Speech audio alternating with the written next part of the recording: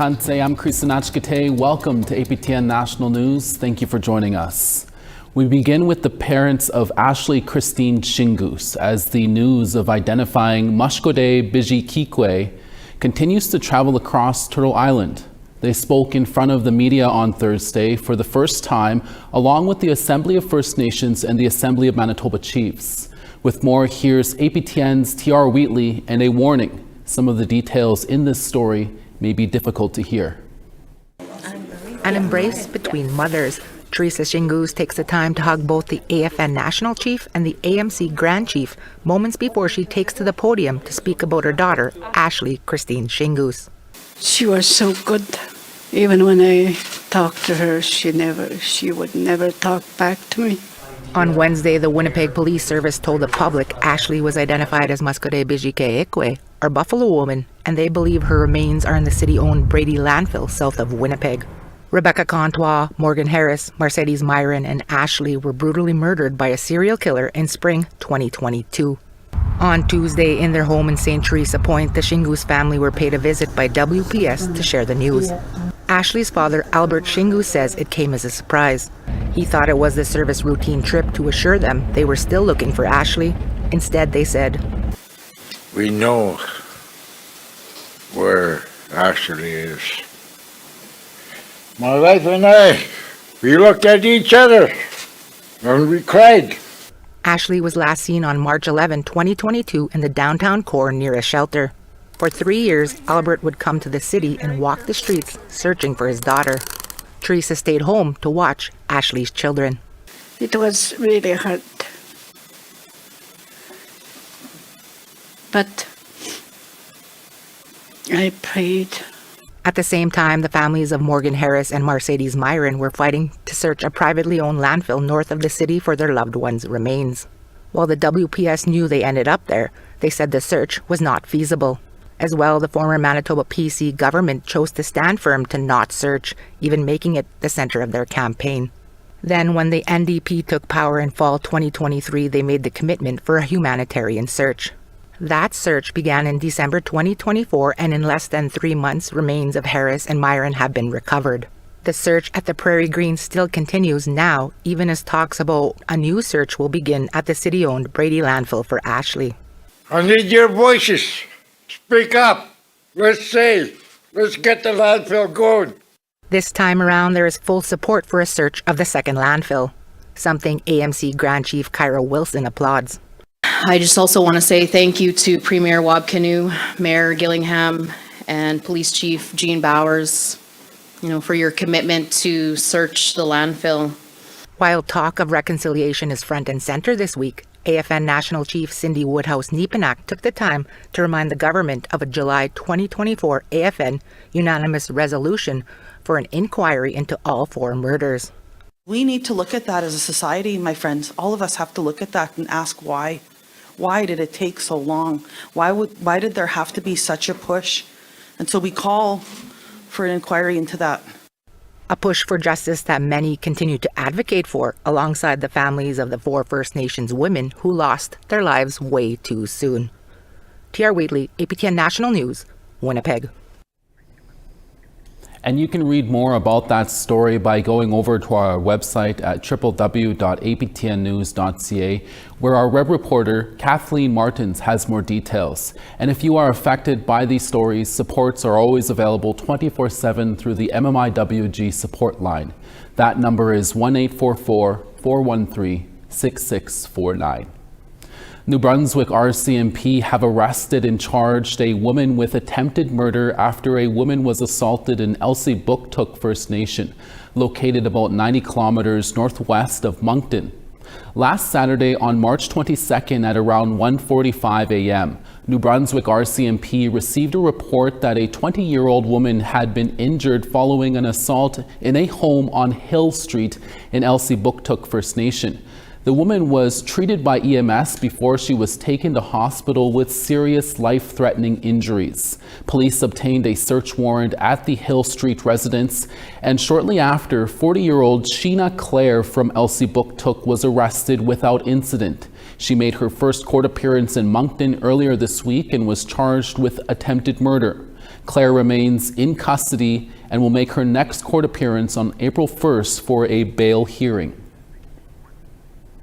It has been 2 years since Aaron Gamble's body was found in a dumpster in Saskatoon, and his family is still left without answers and who is responsible. Saskatoon police have described the 54-year-old's death as suspicious and believe foul play may be involved. Video of 3 possible suspects have also been released. CTV's Stacey Hine reports. Amelia Greyeyes visits her brother's grave. This was in November 2023. Earlier that year, in March, 54-year-old Aaron Gamble was found dead in the 2300 block of 17th Street West in Saskatoon. Today, Greyeyes still doesn't have answers. It's been trying. It's been tough. The waiting and being patient is a lot to take on. Police suspect foul play. They released this video showing 3 people walking up to a dumpster and putting something in it. Later that day, Gamble's body was found in that same dumpster. Greyeyes says the scene is disgusting and hurtful. The way he was murdered and thrown away like garbage. Nobody in this world deserves that. She says her brother was a father of 2 who had his Bachelor of Education and taught in First Nation communities for years, but had struggled with addictions prior to his death. He was the sweetest, kindest, loving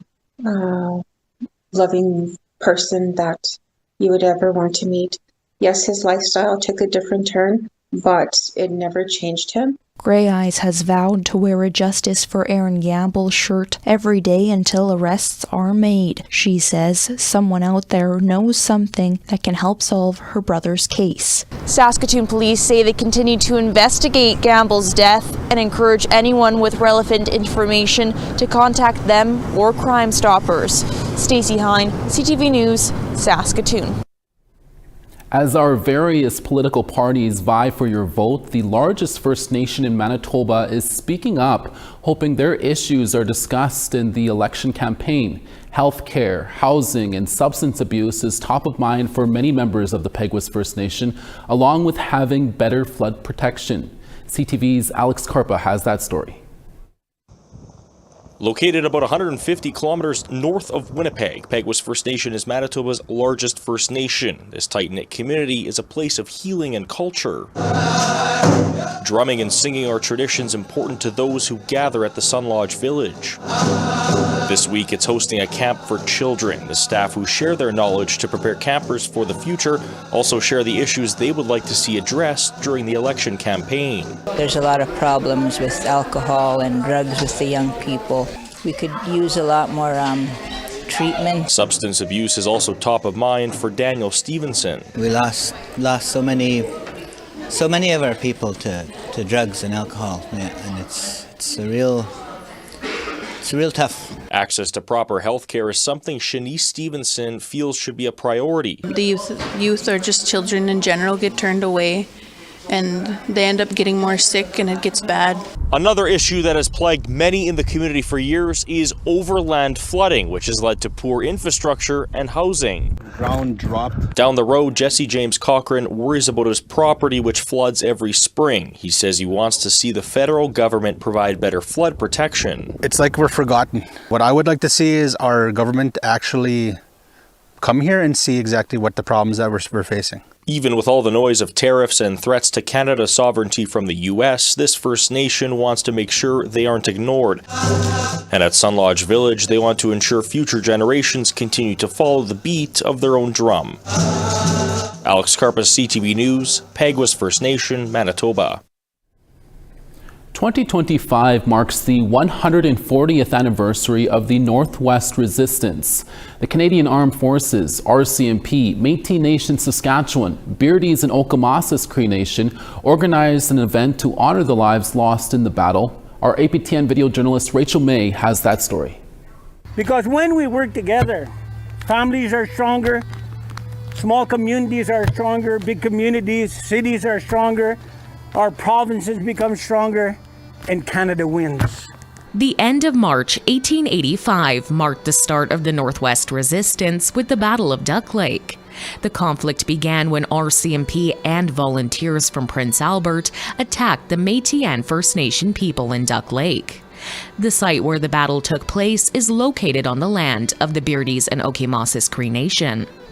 5 Métis men and 12 RCMP members and volunteers died in the battle. It moved on to Fish Creek and finally Batoche in early May.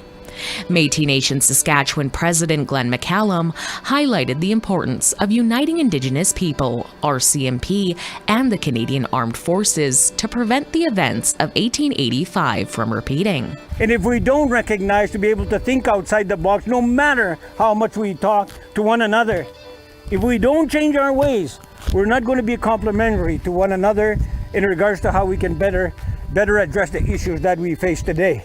RCMP attended the event to honor the lives lost on both sides of the conflict.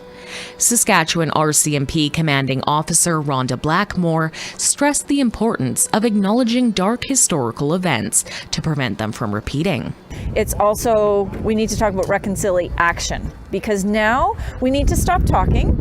That's great that we have a plan, but we need to take action. We need to be seen to following up on what we're talking about and making sure we're implementing. It's not just about showing up, it's about showing up and listening and hearing and acting based on what we're hearing. And so that's what's important to me. And Captain Trent Gervais, Bold Eagle coordinator for the 3rd Canadian Division Training Centre, was one of the representees for the Canadian Armed Forces.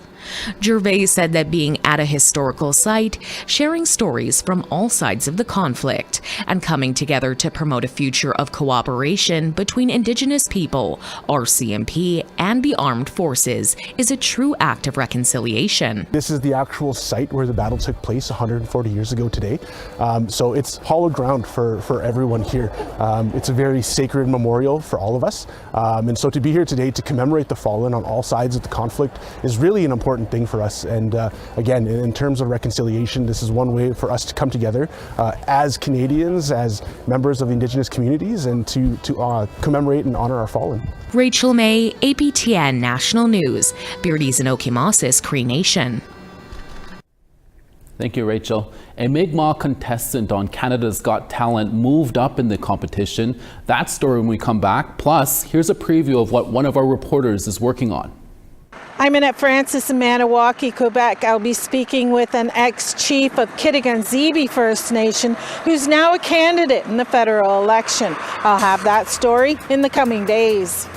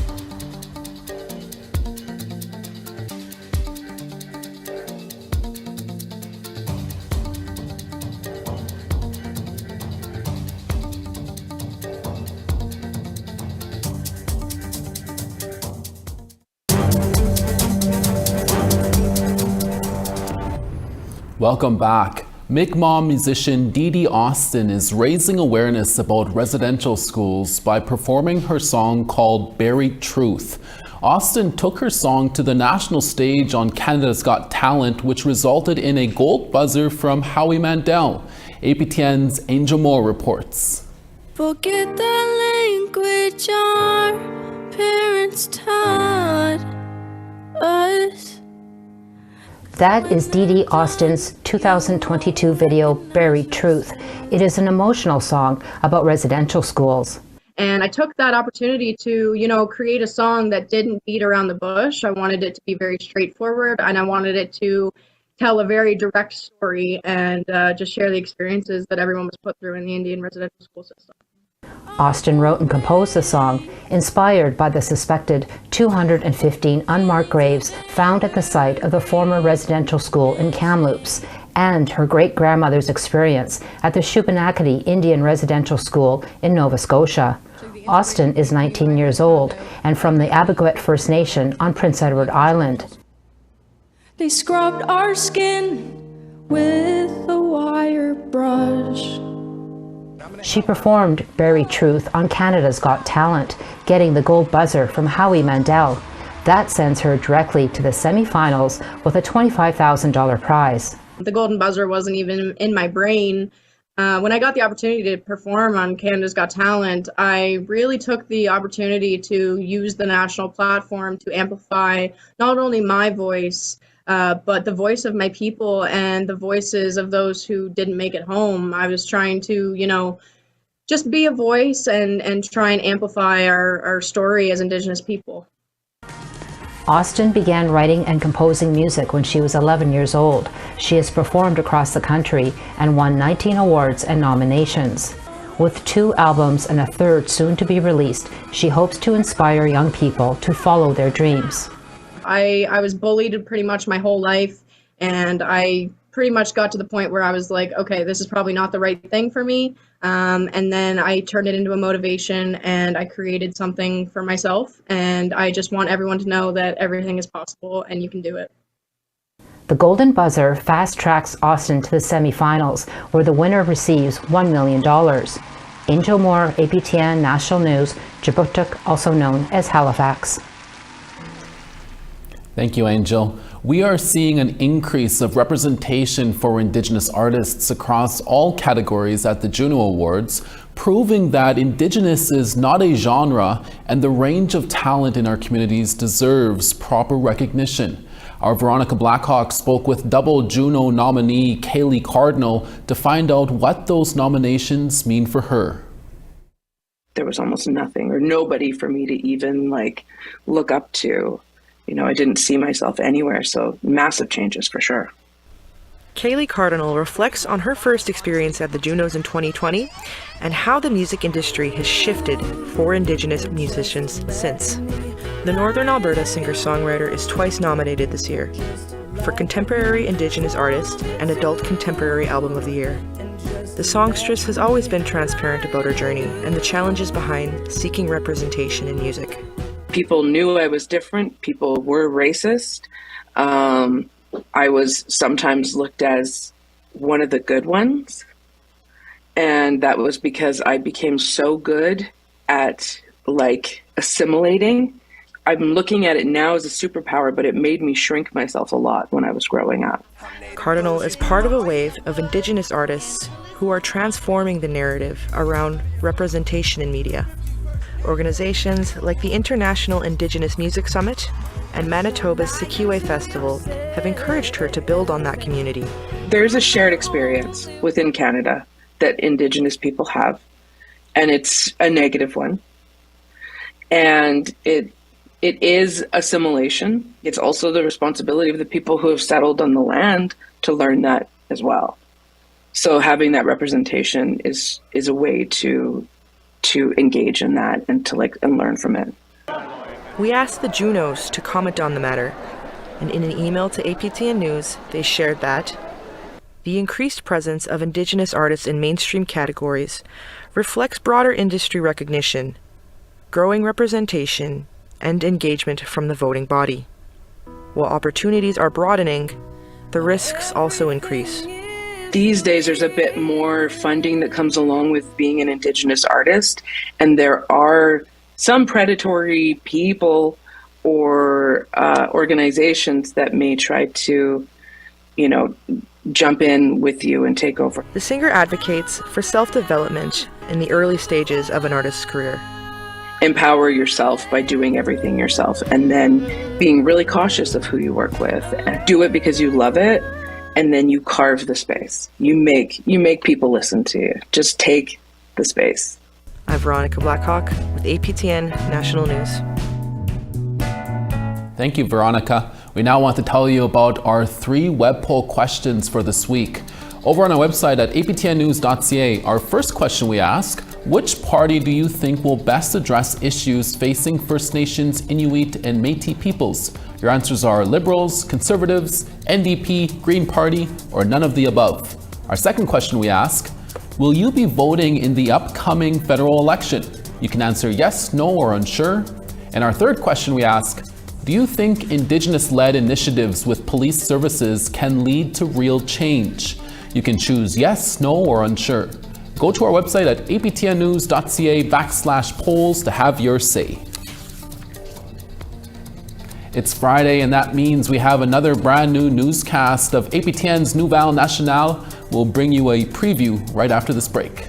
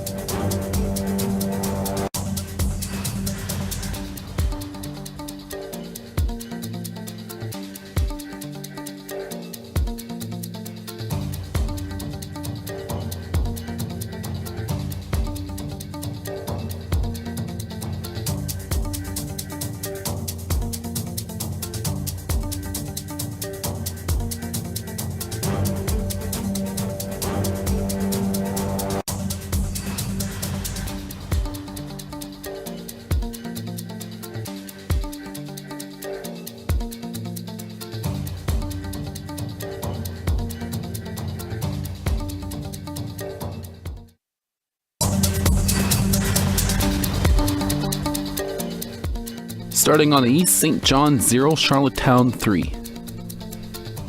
Inujuak -16, La Grande River -17. -9 in Saguenay, Quebec City -4. London 3, Toronto 3. Thunder Bay -2, Elliott Lake -4. Norway House -12, God's Lake -15 and sun. Winnipeg -4, Princess Harbor -8. Swift Current -6, Regina -7. -25 in Stony Rapids, Buffalo Narrows -18. Sunny in Fort Chippewa at -8, Peace River -3. Medicine Hat 2, Red Deer -4. 10 in Vancouver and rain, Campbell River 10. Prince Rupert 13, Prince George 3. Watson Lake -2, Dawson 0. -14 in Wati, Yellowknife -14. Sachs Harbor -21, Polituck -21. -25 in Baker Lake, Cambridge Bay -29. And Iqaluit -16, Arctic Bay -25.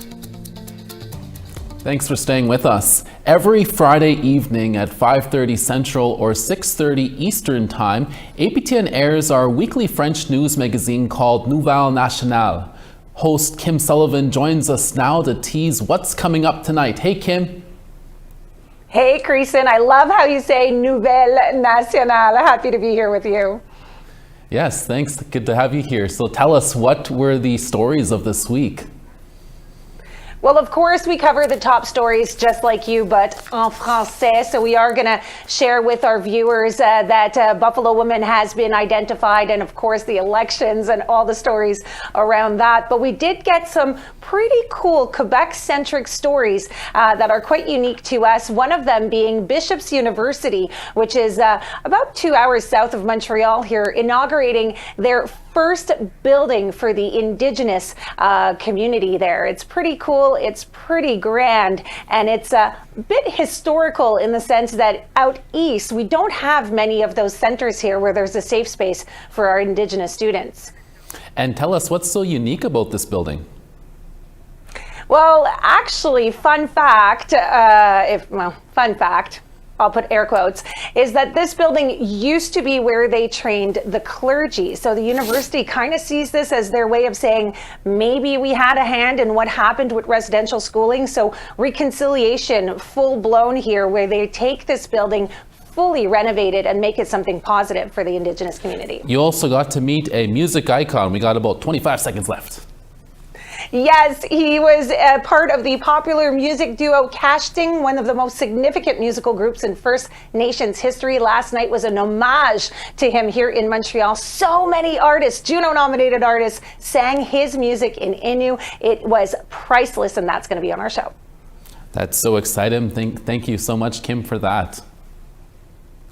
I am happy to join you every Friday en français, and we'll talk next week. Thank you, Kim. And that's your daytime newscast for this Friday, March 28th. Dennis Ward is back in a few hours for your evening newscast. Please join us then. APTN National News Daytime is back again next Monday, same time, same place. We will see you then. Thank you for watching, and please have a safe weekend. Excellent.